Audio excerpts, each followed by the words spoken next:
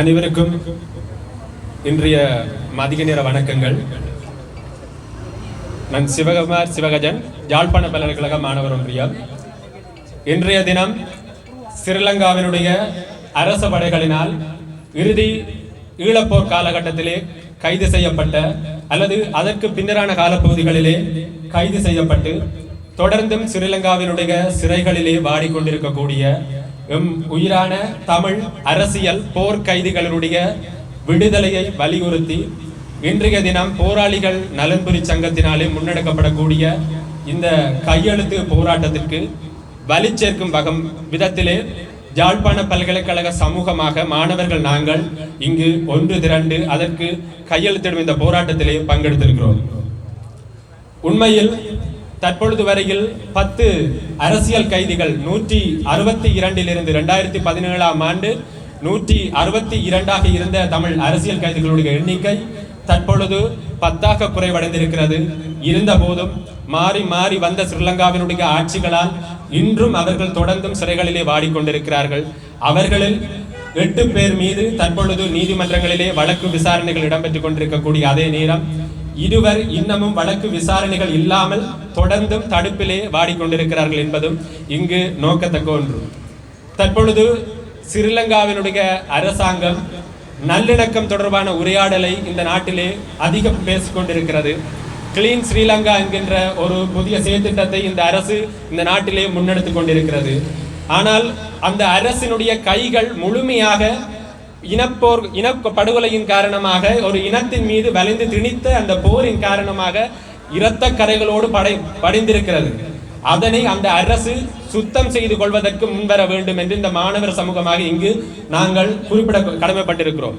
Clean Sri Lanka என்பது தனியே சுத்தம், சுகாதாரம், வீதிகளை, தெருக்களை சுத்தப்படுத்துகிறோம் என்பதில் மட்டும் இந்த அரசுடைய நோக்கங்கள், இலக்குகள் அமைந்துவிடக் கூடாது.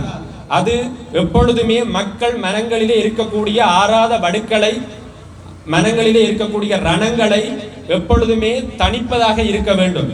அதுவும் ஒரு வகையிலே இந்த நாட்டை தூய்மைப்படுத்தக்கூடிய ஒரு செயல்தான். இந்த மக்களுடைய மனங்களிலே கண்ணீரும் கவலைகளுமாக தேங்கி தேங்கி மக்களுடைய மனம் தொடர்ந்தும் அழுக்குகளால் தான் படிந்திருக்கிறது. அதனையும் இந்த அரசு சுத்தம் செய்வதற்கு முன்வர வேண்டும். இந்த அரசின் மீது படிந்திருக்கக்கூடிய இனப்படுகொலை போர்க்குற்றத்திற்கு இந்த அரசு பொறுப்பு சொல்ல வேண்டும் என்பதோடு இந்த இனப்படுகொலை போரோடு தொடர்பு பட்டவர்கள் தான் இந்த அரசியல் கைதிகள். இவர்கள் வெறுமெனவே அரசியல் கைதிகள் என்பதற்கு என்று அழைப்பதற்கு பதிலாக நாங்கள் உண்மையிலே சர்வதேச பன்னாட்டு சமவாயங்களுக்கு அடிப்படையிலே அவர்களை நாங்கள் போர்க்கைதிகள் என்றுதான் அழைக்க வேண்டும். They are not political prisoners, they are war prisoners. ஆனால் போர்க்கைதிகள் என்கின்ற சொற்பதமோ அல்லது சொல்லாடலோ திட்டமிட்டோ அல்லது அலட்சியமாகவோ நமது தமிழ் அரசியல் பரப்பிலே தவிர்க்கப்பட்டுத்தான் வந்திருக்கிறது. ஆனால் எமது இனப்படுகொலை போர் அதே போல எம்மீது திணித்து கொண்டிருக்கக்கூடிய இந்த போர் தொடர்பான சர்வதேச நாடுகளினுடைய கவனத்தை ஈர்ப்பதற்கு இந்த அரசியல் கைதிகள் தொடர்பான பிரச்சனை என்பது ஒரு சர்வதேச பிரச்சனையாக மாற்றப்பட வேண்டும்.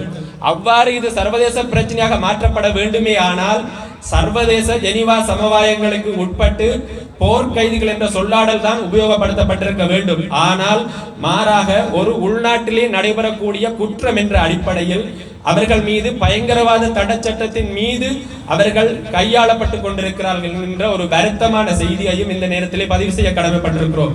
கடந்த காலங்களிலே இந்த விடயங்களை கையாண்டவர்கள் விட்ட தவறுகள் தற்பொழுது எம்மீது இப்பொழுது மேலே காணப்படுகிறது. இருந்த போதும் எஞ்சியுள்ள 10 அரசியல் போர் கைதிகளை விடுதலை செய்வதற்கேனும் இந்த ஸ்ரீலங்காவினுடைய இந்த நல்லிணக்கம் பேசக்கூடிய இந்த அரசு முன்வர வேண்டும்.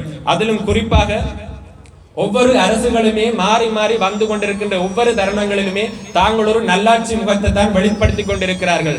ஆனால் அவை எவ்விதத்திலுமே தமிழ் மக்களுக்கு நல்லாட்சியாக இருப்பதும் இல்லை, இருந்ததும் இல்லை.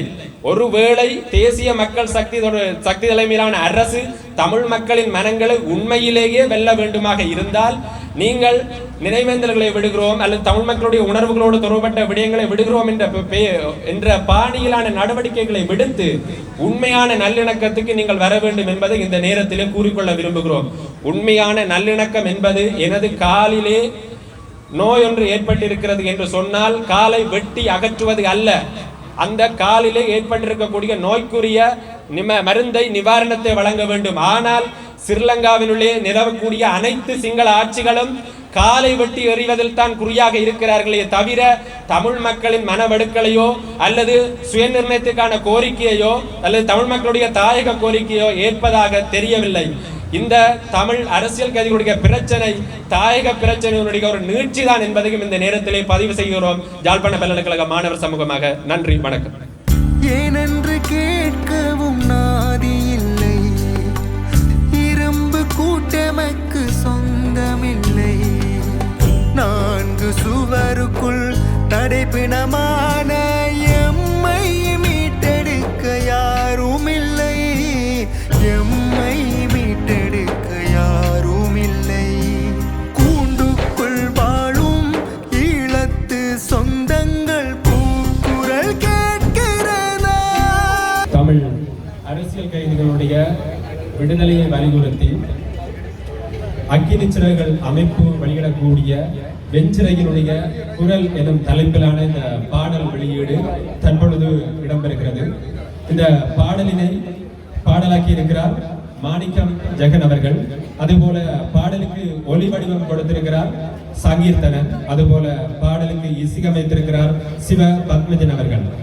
இந்த பாடலை இந்த நேரத்திலே இந்த இறுதி இனப்படுகொலை போர்க்காலத்திலே கைதான தமிழ் அரசியல் கைதிகளுடைய விடுதலையை வலியுறுத்தி தற்பொழுது வெளியீடு செய்வதிலே பெருமைகளை அடைகிறோம். நன்றி, வணக்கம்.